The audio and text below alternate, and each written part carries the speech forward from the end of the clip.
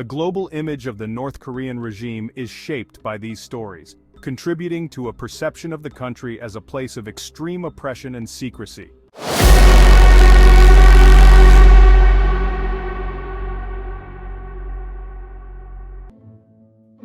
Inside North Korea, Kim Jong Un's secretive pleasure squad. North Korea, the Hermit Kingdom, is a nation shrouded in mystery and isolation. With its borders tightly sealed, it's a place where the flow of information is as controlled as the regime itself. Amidst tales of famine and oppression, there lies a more sinister narrative that has captured the world's attention. Enter Kim Jong Un, the enigmatic leader of North Korea. Since taking power in 2011, Kim has been the subject of countless stories, ranging from his ruthless purges to his penchant for luxury.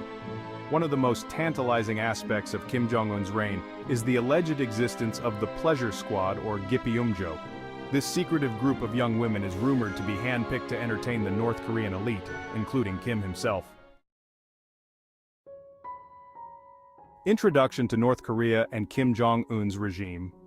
North Korea, officially known as the Democratic People's Republic of Korea, is a country that has fascinated and baffled the world for decades. Its isolationist policies and strict control over information have created an environment where rumors and speculation thrive. At the helm of this enigmatic nation is Kim Jong Un, the third leader in the Kim dynasty.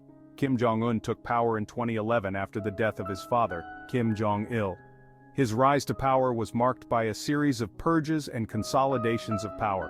While the majority of North Koreans live in poverty, Kim is known for his love of luxury. Reports of his lavish lifestyle include everything from private yachts and luxury cars to imported cheeses and fine wines.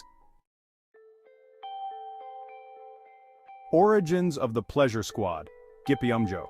The concept of the Pleasure Squad, or Gipyeomjo, is not a new phenomenon in North Korea. It is believed to have originated under the rule of Kim Jong-un's father, Kim Jong-il. The elder Kim reportedly established the Pleasure Squad to entertain himself and his inner circle. The group was said to consist of young women selected for their beauty and talent. These young women were reportedly trained in various forms of entertainment, including singing, dancing, and even massage. The existence of such a group highlights the vast disparity between the ruling class and the general population. One of the most controversial aspects of the Pleasure Squad is the claim that the women are often recruited as virgins. Recruitment process of the girls. The recruitment process for the Pleasure Squad is one of the most disturbing aspects of this secretive group. According to various accounts, the selection process begins with a search for young girls who meet specific criteria. These criteria often include age, physical appearance, and most controversially, virginity. Once identified, the girls are reportedly taken from their families, often without their consent. Defectors and sources who have managed to escape North Korea have provided harrowing accounts of the recruitment process. They describe how the girls are subjected to medical examinations to verify their virginity. Once selected, the girls are taken to special training facilities where they undergo rigorous preparation for their roles in the Pleasure Squad. Life inside the Pleasure Squad is a world shrouded in secrecy and strict control. The daily routines of the women in the squad are said to be meticulously planned and monitored. The women are reportedly trained in various forms of entertainment, including singing, dancing, and even massage. They are expected to entertain North Korea's top officials, including Kim Jong Un himself. This can involve anything from performing at parties to providing personal services. The secrecy surrounding their activities means that little is known about the specifics of their interactions with the elite. The psychological and emotional impact of life in the Pleasure Squad is profound. Despite the luxurious surroundings, the reality of their lives is one of oppression and fear. The lavish parties hosted by Kim Jong Un are a stark contrast to the poverty faced by many North Koreans. These gatherings are said to be extravagant affairs with no expense spared. Reports suggest that the parties feature an abundance of alcohol, gourmet food, and decadent displays of wealth. The Pleasure Squad plays a central role in these events, providing entertainment and catering to the needs of the elite. While the elite indulge in luxury, the average North Korean struggles to make ends meet. Little is known about what goes on behind closed doors, but reports suggest that the women in the Pleasure Squad are often subjected to sexual exploitation and abuse. The combination of luxury and exploitation creates a disturbing picture of life within the upper echelons of North Korean society. The international media has been captivated by stories of the Pleasure Squad, with numerous reports and documentaries attempting to uncover the truth. These stories often rely on accounts from defectors and sources who have managed to escape North Korea. The global image of the North Korean regime is shaped by these stories, contributing to a perception of the country as a place of extreme oppression and secrecy. The tales of the Pleasure Squad add to the narrative of a regime that prioritizes the indulgence of its elite over the well-being of its people. International reactions to these stories have been mixed. The controversy surrounding these stories highlights the challenges of understanding life inside North Korea and the complexities of reporting on such a closed-off nation.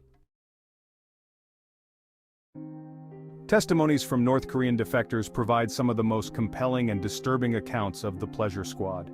These individuals have risked their lives to escape the regime and share their stories with the world.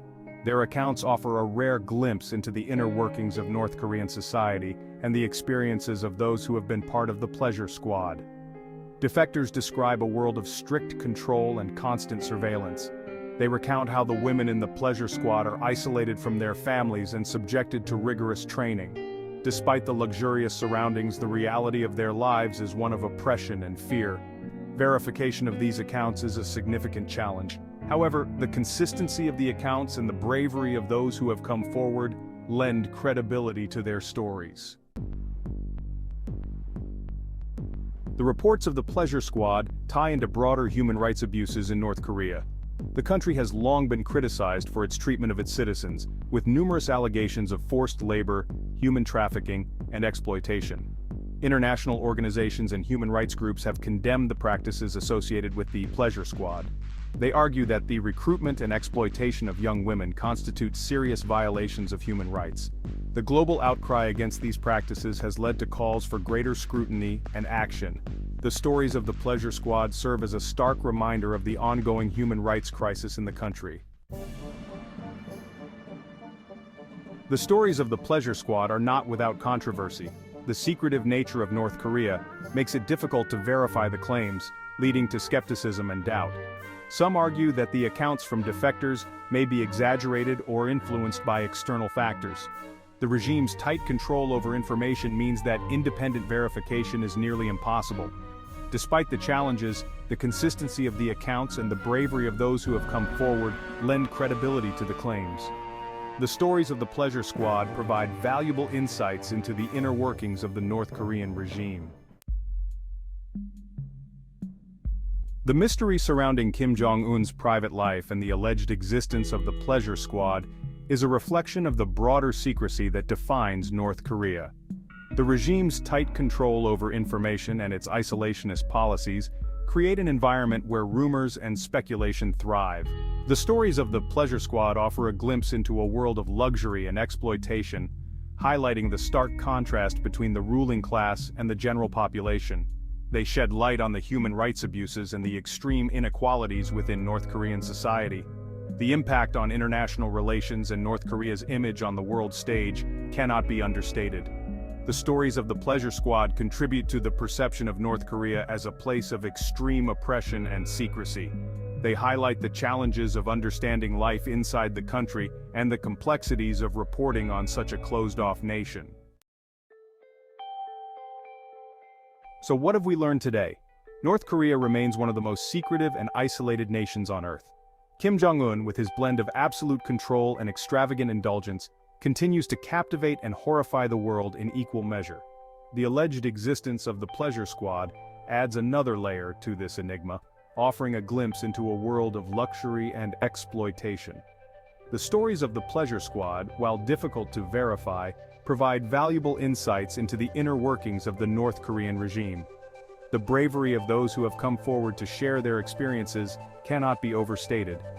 As we continue to grapple with the mystery of North Korea, it is crucial to remember the human cost of the regime's policies. Until next time, stay curious, stay informed, and never stop questioning.